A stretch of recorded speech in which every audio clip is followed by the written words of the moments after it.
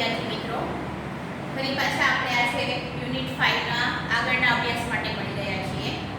સૌપ્રથમ આપણે આગલા સેશનનું થોડું યાદ કરી લઈએ. ગયા સેશનની અંદર આપણે જોયું હતું રાણીની વાવ વિશેની માહિતી જોઈ હતી, યુનેસ્કો વિશેની માહિતી જોઈ હતી અને પ્રી ટાસ્ક જોયું હતું. હવે એમાં એક પેરેગ્રાફ આપણે ભણી ગયા હતા. એ પેરેગ્રાફની વાત થોડીક કરી દઉં. એ પેરેગ્રાફમાં એવું કહેવામાં આવેલું હતું કે આ રાણીની વાવ છે એ યુનેસ્કો દ્વારા જે મંજૂર થયેલી વર્લ્ડ હેરિટેજ સાઇટ છે અને એ વાવ છે એ પાણીના સંચાલન માટે ખૂબ આપણે કહીએ કે અસાધારણ નમૂનો છે. વિશાળ જથ્થાને નાના નાના વિભાગોમાં કેવી રીતે વિભાજિત કરવું એનું એ શ્રેષ્ઠ ઉદાહરણ છે અને દરેક આવનારને દર્શકોને આ વાવ છે એ ખૂબ આકર્ષે છે. આ હતી એ વાવ વિશેની એની ભવ્યતાની વાત.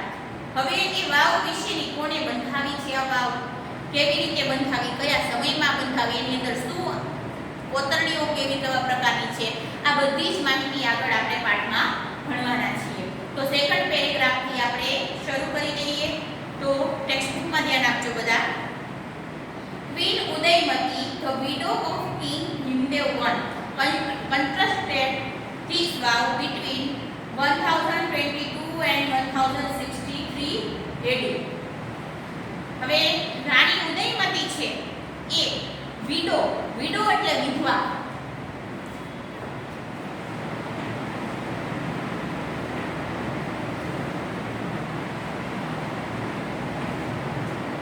વિધવા છે. કોની વિધવા? વિધવા આપણે કેને કહીએ? જેમના પતિ છે એ મરી ગયા હોય, મૃત્યુ પામ્યા હોય, એ સ્ત્રીને, એ પત્નીને આપણે શું કહીએ છીએ? વિધવા કહીએ છીએ. તો આ રાણી ઉદયમતી છે એ કિંગ રાજા ભીમદેવ પહેલાના સમયમાં તમે સમાજની અંદર પણ ઘણા બધા રાજાઓના નામ જોયા હશે. નામ એક ને એક હોય, પહેલો બીજો ત્રીજો એવું આપેલું હોય. કેમ કે પહેલાના સમયમાં રાજાઓ છે ને એ પોતાનું નામ એના છોકરાઓને આપતા. એટલે ભીમદેવ પહેલો, બીજો એવી રીતે એ ઓળખાતા. તો આ ભીમદેવ જે પહેલો હતો એ રાજાની વિધવા પત્ની હતા રાણી ઉદયમતી. અને કન્સ્ટ્રક્ટેડ એટલે બાંધકામ કરવું, બંધારણ કરવું. આ વાવનું બાંધકામ કરાયું હતું રાણી ઉદયમતીએ બિટવીન એટલે વચ્ચે 1022 અને 1063 એડી એટલે એડોડોમ એટલે ઈસવીસન 1022 થી 1063 ની વચ્ચે એમને આ વાવનું બાંધકામ કરાવેલું હતું. તો એ પોઈન્ટ તમારે યાદ રાખવાનો છે. બિટવીન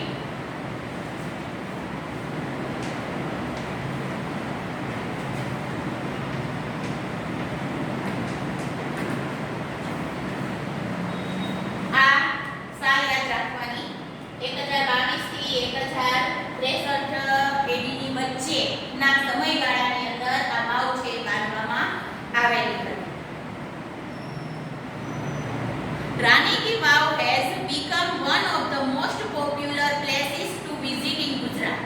ગુજરાતની અંદર જે વિઝિટ કરવા જેવા, મુલાકાત કરવા જેવા જે સ્થળો છે એની એ સ્થળોની અંદર રાણીની વાવ છે એ ખૂબ એવી મોસ્ટ પોપ્યુલર, ખૂબ પ્રખ્યાત એવી ફરવાલાયક જગ્યા છે. ત્યાં ઘણા બધા જે મુસાફરો છે એ વાવની મુલાકાત લેવા આવતા હોય છે એટલે ખૂબ ફેમસ છે. અહીંયા મિત્રો તમને ઘણી વખત પ્રશ્ન જવાબ જ્યારે પૂછવામાં આવે ને ત્યારે પ્રશ્નના જવાબ લખતી વખતે ઘણા વિદ્યાર્થીઓ ગોટો કરી નાખતા હોય છે કે વાવ કોને બાંધી હતી. તો અહીંયા સ્પષ્ટ શબ્દોમાં લખેલું છે કે રાજા ભીમદેવની વિધવા પત્ની રાણી ઉદયમતીએ વાવ બંધાવેલી છે. અને નામે એટલે જ એને રાણી ઉદયમતીએ વાવ બંધાવી છે ને એટલે જ એનું નામ રાણીની વાવ છે. એટલા માટે ક્યારેય જવાબમાં ભીમદેવ એક લખવું નહીં. સ્થાપના કોણે કરી હતી? રાણી ઉદયમતીએ કરી હતી. King Bhimdev I belonged to the Solanki dynasty of Ahilwad Patan. King Bhimdev પહેલો જે છે, રાજા ભીમદેવ પહેલો, એ belong નો અર્થ થાય નું હોવું. એટલે કેનો હતો? કયા વંશનો? પહેલાના સમયે વંશ ચાલતા. તમને સમાજની અંદર તમે ભણ્યા છો અલગ અલગ વંશ વિશે. એમ આ સોલંકી જે વંશ હતો, ડાયનેસ્ટી એટલે વંશ.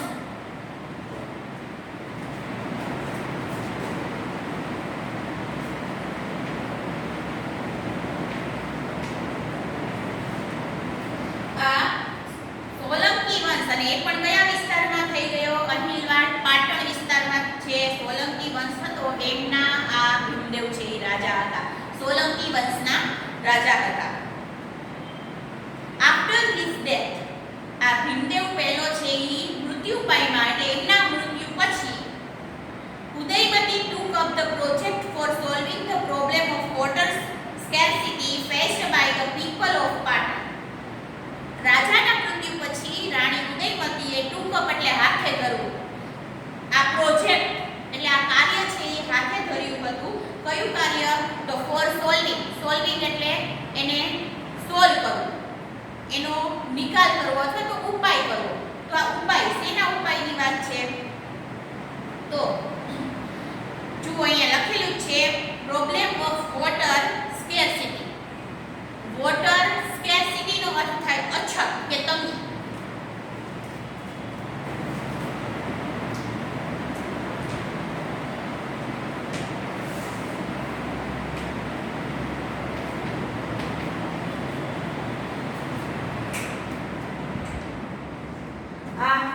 પાણીની જે તંગી એ સમયની અંદર પડતી હતી, એ તંગીનું સોલ્યુશન કરવા માટે, ઉપાય કરવા માટે રાણી ઉદયમતીએ આ વાવ છે એને બાંધી હતી. આ વાવનું કામ હાથે ધર્યું હતું અને એ તંગી છે એ કોને ફેસ એટલે સામનો કરવો પડતો હતો? ધ પીપલ ઓફ પાટણ, પાટણના લોકોને. આખું સેન્ટેન્સ જોવો તો આ રીતે ગુજરાતી થશે કે પાટણના લોકો જે પાણીની સમસ્યાનો સામનો કરી રહ્યા હતા, એ સમસ્યાને દૂર કરવા માટે રાજાના મૃત્યુ પછી રાણી ઉદયમતીએ આ કામ હાથે ધર્યું હતું. એટલે આ કામ કરવાની શરૂઆત કરી હતી. એ સમયમાં લોકોને પાણીની ખૂબ અછત પડતી હતી, પાણીની સમસ્યાઓ ઊભી થતી હતી. એ સમસ્યાઓનું નિવારણ કરવા માટે રાણીએ આ વાવ બંધાવવાનો ફેસલો કરેલો હતો.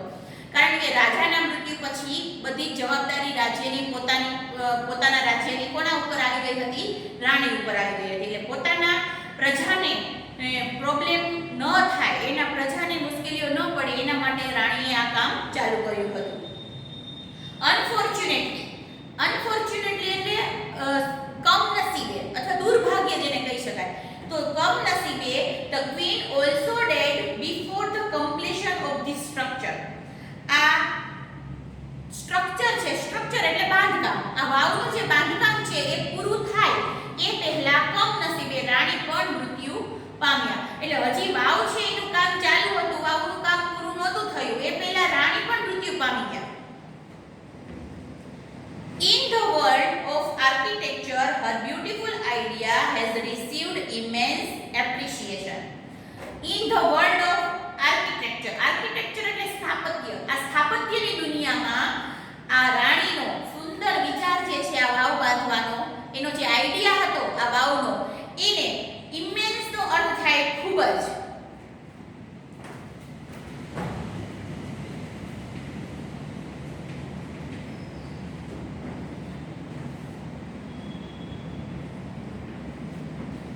એપ્રિશિએશન નો અર્થ થાય વખાણ.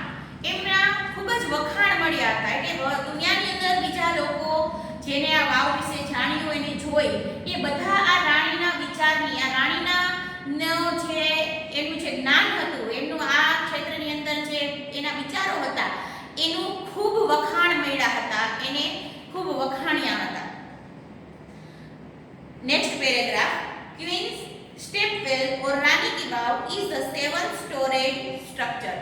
આ રાણીની વાવ અથવા તો જેને પગથિયાવાળો કૂવો કહીએ, એ 7 સ્ટોરેજ એટલે માળ, 7 માળમાં બનેલી વાવ છે અથવા તો બાંધકામ છે. 7 માળનું અલગ અલગ બાંધકામ છે. This East facing stepwell. East facing એનું ફેસ એટલે મુખ. આ વાવનું મુખ છે એ કઈ દિશામાં છે?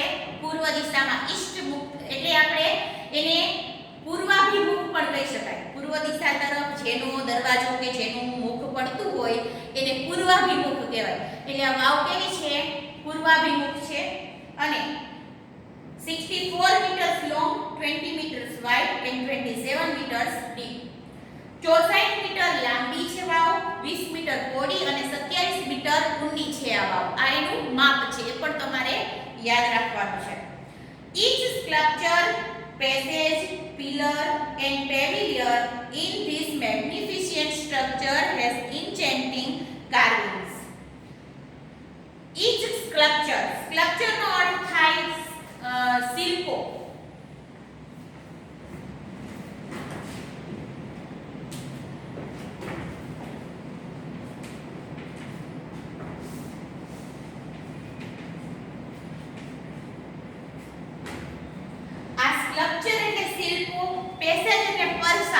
આપણે જેને ચાલવાની નવેરી કે ગલેરી કહીએ છીએ, ગલેરી. પિલર, પિલર એટલે સ્તંભ, પિલોર આપણે જેને કહીએ છીએ. અને પેવિલિયન એટલે ઉપરનો મંડપ, એટલે કે આપણે જે છત કહીએ છીએ એ છત કે મંડપ. તો આ બધી જ વસ્તુ છે વાવની એ મેગ્નિફિશિયન્ટ એટલે એક ભવ્ય અને સ્ટ્રક્ચર એટલે બાંધકામ છે. Has ઇન્ચેન્ટિંગ carving. ઇન્ચેન્ટિંગ એટલે મનમોહક, મન છે એ મોહી લે એવું, અને કાર્વિંગ્સ એટલે કોતરણીઓ. તો મન મોહી લે એવી કોતરણીઓ વાળું આ ભવ્ય બાંધકામ છે. એટલે કે એની બધી જ વસ્તુ, એવું નહીં કે ખાલી એના પિલોર કે ખાલી એના દિવાલો કે પણ એની અંદરની જે દિવાલો છે, એના સ્તંભ છે, એની જે ગલેરીઓ છે ચાલવા માટેની, ઉપરના મંડપ છે, આ બધું જ કોતરણીઓથી કોતરાયેલું છે. પણ કેવી કોતરણીઓ? એ પણ અદ્ભુત કોતરણીઓથી કોતરાયેલું છે. On its side walls there are around 800 sculptures. Any side walls જે દિવાલો છે સાઇડની, એની અંદર લગભગ 800 જેટલા શિલ્પો કોતરાયેલા છે અથવા બનેલા છે. Next paragraph. There are nearly 400 big sculptures of different god and goddesses in the wow at present. At present એટલે હાલના વર્તમાન સમયમાં. હાલમાં પણ આપણે જોવા જઈએ અહીંયા તો હાલમાં પણ આપણને 400 જેટલા મોટા દેવી દેવતાઓના સ્કલ્પચર એટલે શિલ્પો અહીંયા કોતરાયેલા જોવા મળે છે. આપણે અહીંયા જઈ અને જોઈ શકીએ છીએ. હાલમાં પણ 400 જેટલા જોઈ શકીએ છીએ. The numbers would have been many more in the past in its original sculpture. એનું જે ઓરિજિનલ જે મૂળ સ્થાપત્ય હતું એ સ્થાપત્યમાં લગભગ આ આંકડાથી પણ વધારે, એટલે કે અત્યારે જે 400 જોવા મળે છે એનાથી પણ વધારે સ્થાપત્યની અંદર એ કોતરણીઓ હતી, એ શિલ્પો હતા એવું ચોક્કસ વાત છે. એવું માનવામાં આવે છે કે આનાથી ઝાઝા હતા પહેલા જ્યારે બની ત્યારે. પણ આપણે જોઈએ કે અમુક એટલા વર્ષોનો સમયગાળો પસાર થઈ ગયો. એ વાવ છે એ આગળ પાઠમાં આવે છે કે કેટલા વર્ષો સુધી એ જમીનની અંદર દટાયેલી રહી હતી. તો એના કારણે, ઘસારાના કારણે અને બીજા કોઈ કારણોસર ભાંગતૂટના કારણે એ શિલ્પો છે એ અમુક જગ્યાએ દેખાતા બંધ થઈ ગયા, ઓછા દેખાતા હોય અત્યારે જે મૂળ બન્યા હોય એના કરતા. એટલા માટે કહે છે કે જે મૂળ જે સ્થાપત્ય હતું એમાં લગભગ આનાથી પણ સંખ્યા કેવી હતી? વધારે હતી શિલ્પોની. Each story has a narrow corridor for the visitors to appreciate beauty of sculptures and carvings engraved on the wall. Every story એટલે દરેક માળની અંદર, આ સાથે 7 માળ જે વાવના છે એ દરેક માળની અંદર એક નેરો એટલે સાંકડી, કોરિડોર એટલે ગલેરી જેને આપણે કહીએ પરસાળ ચાલવા માટે. જો તમે ફોટાની અંદર પણ જોઈ શકો છો કે દરેક માળની અંદર એવી રીતે આમ ગલેરી છે ફરતી સાઈડ. એ દરેક માળની અંદર કોરિડોર એટલે ગલેરી અથવા ચાલવા માટેની સાંકડી પરસાળ એ આવેલી છે. શેના માટે છે કે એ ગેલેરી ઉપર જઈ અને જે વિઝિટર્સ છે, મુલાકાતીઓ છે, એ એપ્રિશિએટ એટલે વખાણ કરી શકે, બ્યુટી એટલે સુંદરતા, સ્કલ્પચર્સની એટલે કે આ શિલ્પો છે જે અહીંયા કોતરાયેલા એની શિલ્પોની, અને એમાં કાર્વિંગ્સ છે જે કોતરણી કામ થયેલું છે એ કોતરણી કામને જે ઇન્ગ્રેવ્ડ એટલે જે સ્થપાયેલી છે અથવા તો કોતરાયેલી છે દિવાલો ઉપર, દિવાલો ઉપર જે કોતરાયેલી કોતરણીઓ છે અને જે શિલ્પો છે એના જોઈ અને વખાણ કરી શકે એના માટે સાંકડી ગેલેરીઓ પણ છે. Even the pillars of the wow are not exception to it. આ વાવના જે પિલર છે, જે સ્તંભ છે એ પણ એક્સેપ્શનનો અર્થ થાય બાકાત નથી, એનાથી અલગ નથી. એટલે કે બીજું બધું તો કોતરાયેલું છે આ વાવની અંદર, પણ પિલોર પણ એમાં બાદ નથી. પિલોર પણ પૂરેપૂરા કોતરણીઓથી કોતરાયેલા છે. They display splendid artistic marvel on the stone. They display, આ બધું જે કોતરણીઓ છે, શિલ્પો છે એ ડિસ્પ્લે એટલે બતાવે છે કે દર્શાવે છે. શું બતાવે છે? તો સ્પ્લેન્ડિડ નો અર્થ પણ શું થશે? ભવ્ય.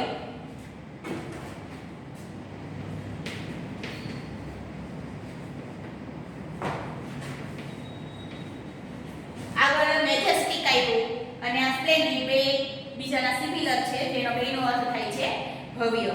તો આવા ભવ્ય આર્ટિસ્ટિક એટલે કલાત્મક અને માર્વેલ એટલે અદ્ભુત, ઓન ધ સ્ટોન એટલે પથ્થર, પથ્થરો પર કોતરાયેલા અદ્ભુત કલાકારીના નો અથવા તો કોતરણીનો આ ભવ્યતા દર્શાવે છે.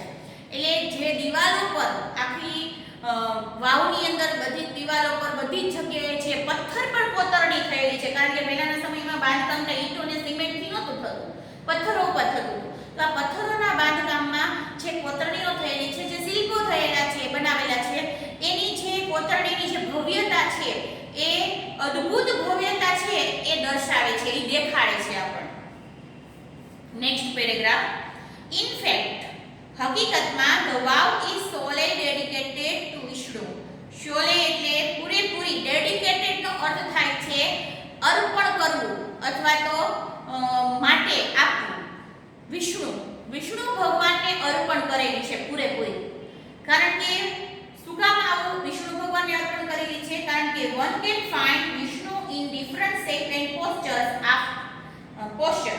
કારણ કે કોઈ પણ વ્યક્તિ છે એ one can find, કોઈ પણ વ્યક્તિ અહીંયા find એટલે જોઈ શકે છે વિષ્ણુ ભગવાનને ડિફરન્ટ, અલગ શેપ્સ એટલે આકાર અને પોસ્ચર્સ એટલે મુદ્રાઓ, અલગ મુદ્રાઓમાં, કોઈમાં બેઠેલા દેખાડ્યા હોય, કોઈમાં ઊભેલા, કોઈમાં નાચતા, કોઈમાં સૂતા, એમ અલગ પોસ્ચરમાં, અલગ મુદ્રાઓમાં અને અલગ શેપમાં. શેપ એટલે મીન્સ એના કેટલા બધા વિષ્ણુ ભગવાનના અવતાર છે આપણને ખબર છે. તો એ અલગ અવતારમાં અને અલગ પોસ્ચરમાં એ વિષ્ણુ ભગવાનના એટલા બધા શિલ્પો અહીંયા જોવા મળે છે, જેથી કરીને આપણે કહી શકીએ કે આ વાવ છે એ લગભગ વિષ્ણુ ભગવાન માટે અર્પણ કરવામાં આવેલી છે, એમને અર્પેલી છે. આફ્ટર વિષ્ણુ પછી next important statue of Parvati. એના પછીનું એક ઇમ્પોર્ટન્ટ અગત્યનું જે સ્ટેચ્યુ છે, જેને મૂર્તિ, સ્ટેચ્યુ એટલે જો મૂર્તિ હોય તો આ વાવની અંદર કોની છે? પાર્વતી માતાની છે. એટલે કે વિષ્ણુના તો સૌથી વધારે શિલ્પો જોવા મળે જ છે, પણ એના પછી જે બીજા છે એ કોના જોવા મળે છે? પાર્વતી માતાના જોવા મળે છે. Nearly 15 galleries have the sculptures of Parvati. લગભગ 15 જેટલી ગેલેરીઓ છે એ પાર્વતી માતાના શિલ્પોથી ભરાયેલી છે, શિલ્પો અહીંયા કોતરેલા છે. 12 statues of goddess Gauri together at the same place are rarely found anywhere. 12 statues of goddess Gauri. Gauri માતા, પાર્વતી માતાને આપણે બીજું કયું નામ કહીએ છીએ? ગૌરી માતા. તો 12 ગૌરી માતાના જે અલગ સ્વરૂપ છે એ એક સાથે એક જગ્યાએ રેરલી એટલે ભાગ્યે જ ક્યારેક જોવા મળે ને એવી વસ્તુ.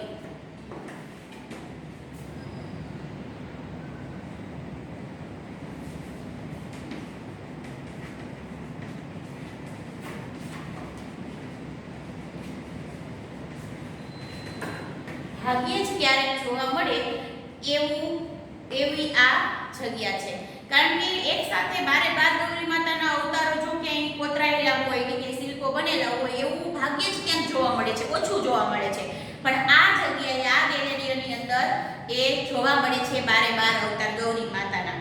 The sun temple of Modhera has it. મોઢેરાનું જે સૂર્ય મંદિર છે, સન ટેમ્પલ છે, એ પણ તમારામાંથી ઘણા બધાએ જોયું હશે. તો એ સન ટેમ્પલની અંદર આ વસ્તુ છે, આ 12 અવતાર છે ગૌરી માતાના, એ એક અહીંયા જોવા મળે છે અને એક અહીંયા રાણીની વાવમાં. એટલે ભાગ્યે ઓછી જગ્યાએ આવું જોવા મળે છે. This wow has also all the 12 statues of Gauri, namely. આ વાવમાં આ 12 જે મૂર્તિઓ છે ગૌરી માતાની, એના નામ એ આ પ્રમાણે છે: ઉમા, પાર્વતી, ગૌરી, લલિતા, શ્રીયા, કૃષ્ણા, મહેશ્વરી, રંભા, સાવિત્રી, ત્રિશંદા, તોતલ અને ત્રિપુરા. આ 12 ગૌરી માતાના અવતારના નામ છે અલગ અને એ 12 અવતારમાં ગૌરી માતાના શિલ્પો અહીંયા બનાવેલા છે. આ 12 નામ છે એ તમને પ્રશ્નમાં પણ પૂછાઈ શકે, પણ આપણે મોઢે કઈ યાદ રાખવાની જરૂર નથી, કારણ કે આપણે તો પેરેગ્રાફ ઉપર આપેલો હોય છે. તો આ 12 ગૌરી માતાના નામ છે. બિસાઇડ્સ એટલે તદ ઉપરાંત there are many statues of god and goddesses. ઘણા બધા મૂર્તિઓ છે, ગોડ એટલે ભગવાન અને ગોડેસીસ એટલે દેવીઓની, દેવી દેવતાઓની, બીજા બધા દેવી દેવતાઓની પણ ઘણી બધી મૂર્તિઓ છે. એ દેવી દેવતાઓમાં કેવા કેવા દેવી દેવતાઓના ચિત્રો છે? તો સચ એઝ ગણેશા એટલે કે ગણેશ ભગવાન, Agni, Vayu, Surya, Bhairav, Chamunda, Brahma, Indra, Indrani, Vaishnavi, Varahi, Mahalakshmi, Kuber and et cetera et cetera એટલે વગેરે વગેરે વગેરે વગેરે આવા દેવી દેવતાઓના પણ શિલ્પો ત્યાં આપણને જોવા મળે છે. અહીંયા નીચે એક ચિત્ર આપેલું છે, એની અંદર જુઓ તમે ઘણા બધા કોતરાયેલા શિલ્પો તમને જોવા મળે છે. આવું આખી આખી વાવમાં ઝીણી ઝીણી કોતરણી કામ એમાં કરેલું છે. હવે આગળ જોઈએ આપણે. There are also some of the rare sculptures of gods. ત્યાં ઘણા બધા એવા સ્કલ્પચર્સ એટલે શિલ્પો પણ છે જે રેર જોવા મળતા દેવી દેવતાઓના ભગવાનના છે. રેર જોવા મળે એવા એટલે કે ભાગ્યે જ જોવા મળે એવા શિલ્પો છે. Here one can find. હવે ભાગ્યે જ એવા ચિત્રો જોવા મળે દેવતાઓના, એવા કયા ચિત્રો છે? તો આમાં આગળ તમને આપેલું છે, જુઓ.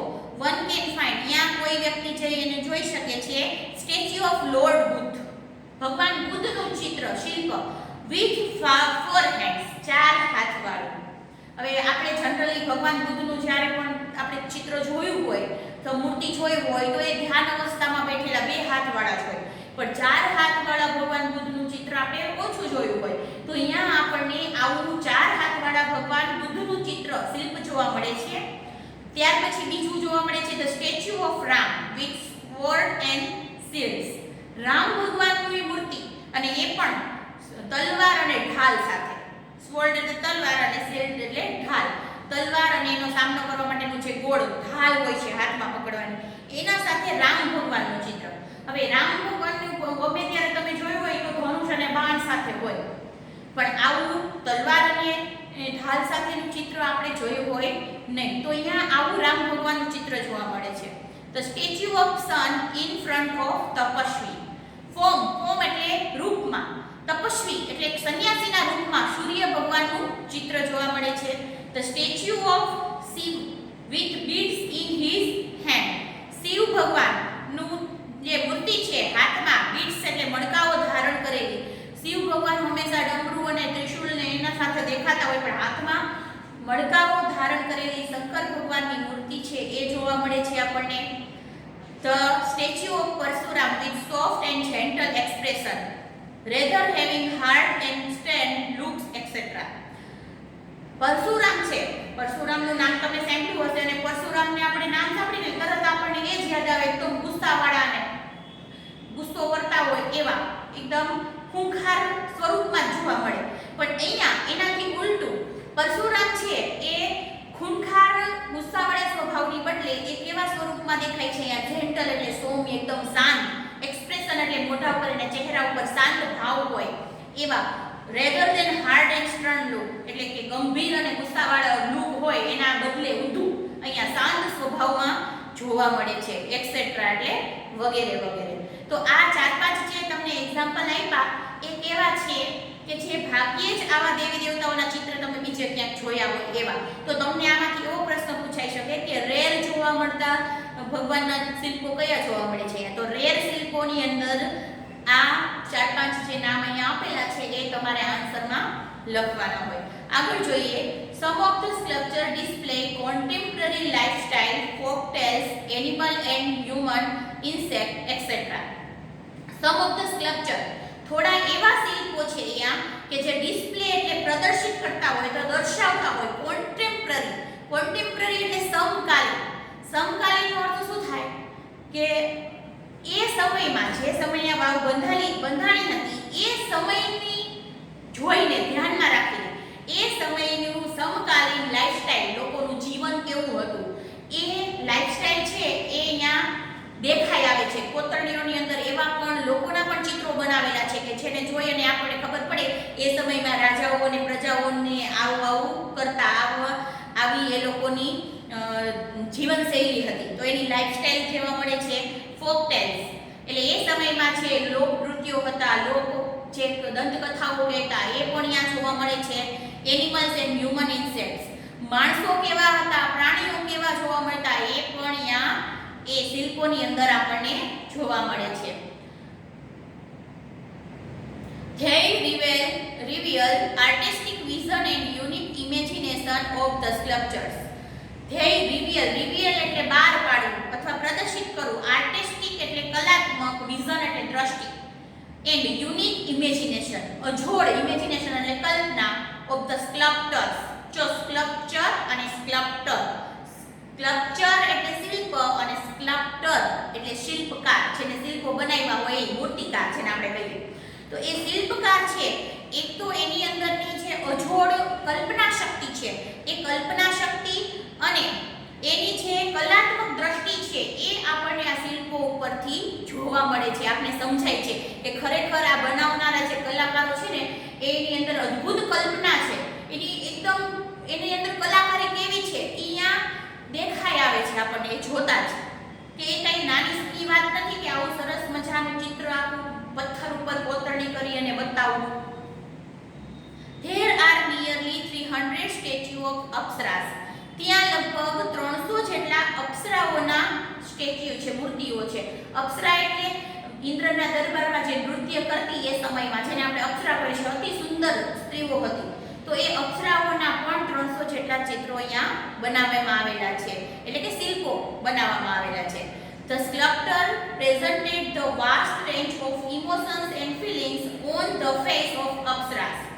Sculptor છે જે મૂર્તિકાર છે એ presented એટલે અહીંયા રજૂ કરે છે, vast range એટલે વિશાળ રેન્જ, વિશાળ રેન્જની અંદર વિશાળ અવસ્થામાં ઇમોશન્સ એટલે મનની અંદર જે લાગણીઓ હોય, ફિલિંગ્સ આપણી હોય, ઇમોશન એટલે ભાવ અને ફિલિંગ્સ એટલે લાગણી, મનના જે ભાવ અને લાગણી છે એ એના અપ્સરાઓના ચહેરા ઉપર બતાવ્યા છે. જો જનરલી તમારી મનની અંદર જે તમારો ભાવ હોય ને એ તમારા ચહેરા ઉપર દેખાઈ આવે. કોઈને ગુસ્સો આવતો હોય તો એનો ચહેરો છે એ દેખાઈ આવે કે આ ભાઈ ગુસ્સામાં છે, આને દુખી છે, આને રડવું આવે છે, આને હસવું આવે છે, આ એનો ચહેરો બતાવી દે. તો આ કલાકારો જે મૂર્તિકારો છે એને અપ્સરાઓના ચહેરા ઉપર અલગ અલગ પ્રકારના ઇમોશન અને ફિલિંગ જે મનની હોય ને એ દેખાય છે. ખરેખર એ જોવી છે ને એ બનાવવું અને એ દેખાડવું કે સામેવાળાને મૂર્તિ જોતા જ ખબર પડી જાય કે આમાં કેવો ભાવ દેખાય છે, એની લાગણી કેવી દેખાય છે. એ ખરેખર એક કહીએ ને કે અદ્ભુત વસ્તુ છે અને એ કાંઈ જેવી તેવી વાત છે ને એને બનાવવું ખૂબ અઘરું વાત છે. તો આવા ભાવ છે એ પણ એક અપ્સરાઓના ચહેરા ઉપર એમને બતાવેલા છે. They display variety of different mood and situations. They display એટલે દર્શાવે છે આ બધું વેરાયટીઓ છે, આ બધો ભાવ છે એ શું દર્શાવે છે? Variety of different mood and situation. એ સ્ત્રીઓની એ અપ્સરાઓના અલગ અલગ મૂડ અને અલગ અલગ પરિસ્થિતિઓ છે એ દેખાડે છે કે ભાઈ આવી પરિસ્થિતિ અહીંયા ચિત્રણ કરેલી છે તો એમાં એનો મૂડ કેવો છે, એની લાગણી કેવી છે. એવી રીતે અલગ અલગ પરિસ્થિતિ અને અલગ અલગ મૂડ છે અહીંયા શિલ્પોની અંદર કોતરણીઓ દ્વારા એક દ્રશ્યો ઊભા કરેલા છે, અહીંયા બતાવેલા છે. આ બધું એ વાવની અંદર કોતરાયેલી વિવિધતાઓ આ પેરેગ્રાફની અંદર તમને બતાવી છે. આજે આટલું રાખીશું. આગલા સેશનની અંદર આપણે પાઠ પૂરો કરી અને જે એક્સરસાઇઝ કરવાની છે એ જોઈશું. આજના માટે તમારે પાઠની જે ગ્લોસરી છે એ હોમવર્કમાં પાકી બુકની અંદર લખવાની છે. તો